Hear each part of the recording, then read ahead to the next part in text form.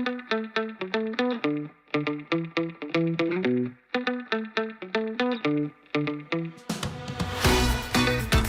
back, Jay. Harden. Bullseye. Sixers looking very focused in the second half. Maxey looking for more. He's got it! Daniel House, little up and under on the lob, and then flies in with the emphatic one-hand jam. Niang looking for more from outside. Bang, bang, George Niang! Joel, the process heavy. What is going on, guys? Welcome back to the Pick Swap Media YouTube channel. My name is Sean Barnard, and I'm here for part 2 of my play-in breakdown, probably the most highly anticipated matchup in the play-in tournament, and that is the 7 versus 8 matchup in the Western Conference, the Los Angeles Lakers versus the Minnesota Timberwolves. Lakers entered this game as 7-point favorites, over-under set at 229.5, Timberwolves plus 230 on the money line. It has been a season of two halves for the Lakers. Looking at the first half of the season, they looked dead in the water. They had the mismatched parts, the pieces not fitting together, Russell Westbrook just not operating and finding a way to function within the team. And then they hit the trade deadline. They hit the blow-up button. They hit the reset button, and they found some players that are starting to click together. They have the best record in the NBA since the All-Star break. That is all while LeBron James has played just 11 games during that stretch. On the season overall, the Lakers are 43-39. They are 8-2 in their last 10. They've gone 23-18 at home and 20-21 on the road. Yeah, it has been a whole different team of late, and that is happening at the right time as they enter the playoffs. Looking back once again as the season as a whole, the Lakers ranked 9th in points per game at 117, 3rd in pace at 101.2, and 21st in offensive rating. They're holding opponents to the 19th best points per game at 116.6. The second best opponent's three-point percentage, allowing just 34.4% of three-point attempts being connected against them. 26th in three-pointers attempt on the offensive end, just 31 there. 25th in three-point percentage. They obviously started the season on a just horrific shooting stretch from three and have yet to fully recover from that. But how they have found ways to counterbalance that, they are leading the NBA in free throw attempts per game at 26.7 by a pretty significant margin as a team there. A good gap between them and second, which I believe is the Philadelphia 76ers there. But the Lakers have run away with that title there. Milwaukee Bucks also up in that conversation.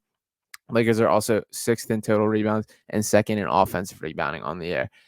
Their two stars, LeBron James still doing it at such a high level at his age, 28.8 points per game, 8.4 rebounds, 6.8 assists, shooting 49.9% from the field, and just 31.1% from three. Anthony Davis, on the other hand, averaging 26.1 points, 12.4 rebounds, 2.6 assists, 2.0 blocks, and 56.5% from the field. AD deserves a ton of credit for stepping up on the second half of the season when they've been without LeBron James and finding a way to keep this team afloat, to plug on, to kind of get a chance to accomplish their playoff goals, which everything starts with winning this game against the Timberwolves here. Looking at the two X factors that I have for this Lakers team in the matchup, number one is just, can AD last? As great as he's been, while the numbers have looked phenomenal, there's just moments where I'm just not bought in on this guy's body holding up for him. I mean, it feels like he's grabbing at something different, falling awkwardly. It's just a sore sight to watch sometimes. I feel bad for the guy. And the issue with that is, while it's admirable, he's fighting through it. He's finding a way to compete and getting it done at a high level. There's one false turn, one ankle that lands the wrong way, or one body that hits you the wrong way, and it's all kind of over. If you can't play through it, you can't play through it. And the Lakers just need Anthony Davis if they're going to make any sort of run or even just win that game. The number two X factor I have here is just, who is the Lakers' third best player? I get there's LeBron James. I get there's Anthony Davis, but who is next? My honest answer to that is Austin Reeves. I think Austin Reeves has been phenomenal this year. This guy's answering every single opportunity or question that has been asked about him and doing it at a super high level. But is Austin Reeves a number 3 playoff caliber team or playoff caliber player that you can enter the postseason and feel comfortable on? I don't know about that either. D'Angelo Russell, when he has his moments, looks terrific. Jared Vanderbilt's been an awesome addition to the team and is super valuable. But yeah, I just think there's a little bit of a power imbalance among these stars and the complementary pieces beyond that, which I think could come back to hurt the Lakers. But I do feel good about them in that matchup, and that is mostly because they will be facing the Minnesota Timberwolves. The Timberwolves, who are 42-40 on the year, they've gone 7-3 in their last 10. 22-19 at home, 20-21 on the road, 12th in points per game on the season at 115.8, 6th in pace at 101, 23rd in offensive rating.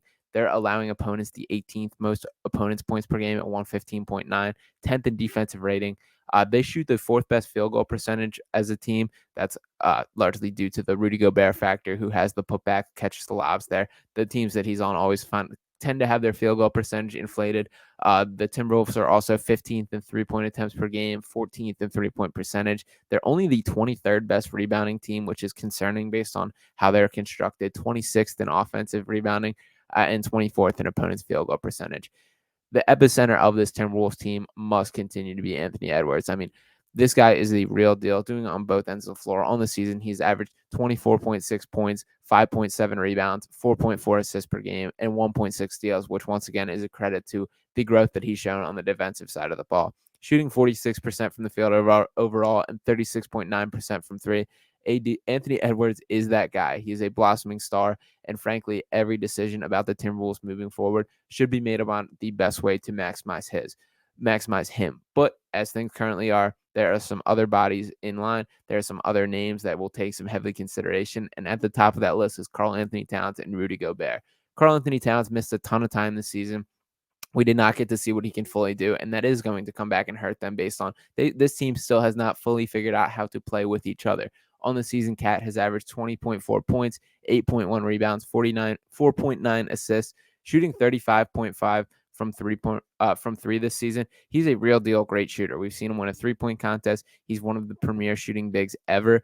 And that's kind of going to have to be his role, especially if they are locked in on making Rudy Gobert work, which based on the commitment they have in that trade and in the contract that they give him, they have to find a way to make it work. Rudy Gobert, on the other hand, this season has averaged 13.6 points, 11.8 rebounds, and 1.4 blocks per game, shooting 65.9% from the floor.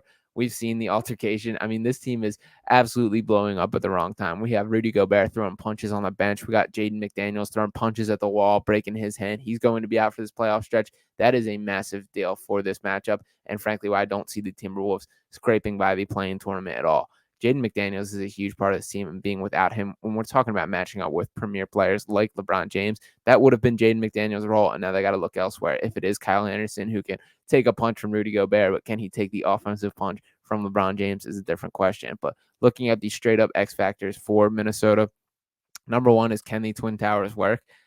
Mainly the question that is really being asked here is, can Rudy Gobert stay on the floor in a playoff series? Rudy Gobert is such an interesting player. He's incredibly elite at the things he's good at, but extremely limited in what he can do. So when you get him in space, he's so vulnerable. I mean, they're going to be calling 1-5 pick and rolls to get a point guard matched up against him on a pretty much every play basis. If they get a LeBron on Rudy situation, it's barbecue chicken. That's just not happening that he's holding up in that matchup. And number two, will Anthony Edwards be allowed to carry? That is the question. While Anthony Edwards, I believe, is absolutely that guy and for sure is the Timberwolves' best chance at making a run, is he going to be allowed to have the keys and run the show in the way that he sees fit or can maximize him? Because frankly, I don't know if I see it. I think there still is going to be this focus on making the big men work, giving Karl-Anthony Towns his shots, giving Rudy Gobert his opportunities. And there's just too much going on that this team is not clicking. Its tempers are flaring. There's rumors all over the place. I just think this is a team that needs an offseason to figure out. Hopefully they can reload and get back to it last year. I'm a little split on how I feel on the spread, on the number on this one. You can catch me on Fox 125 later this week to kind of give my full pick, or my Twitter. I'm sure I'll blast it out. But yeah, Lakers for sure. I see getting the win. I'm not sure by the margin, but yeah, Lakers all the way here. Thank you guys for watching. Make sure to drop a like and subscribe if you haven't, and I will talk with you next time.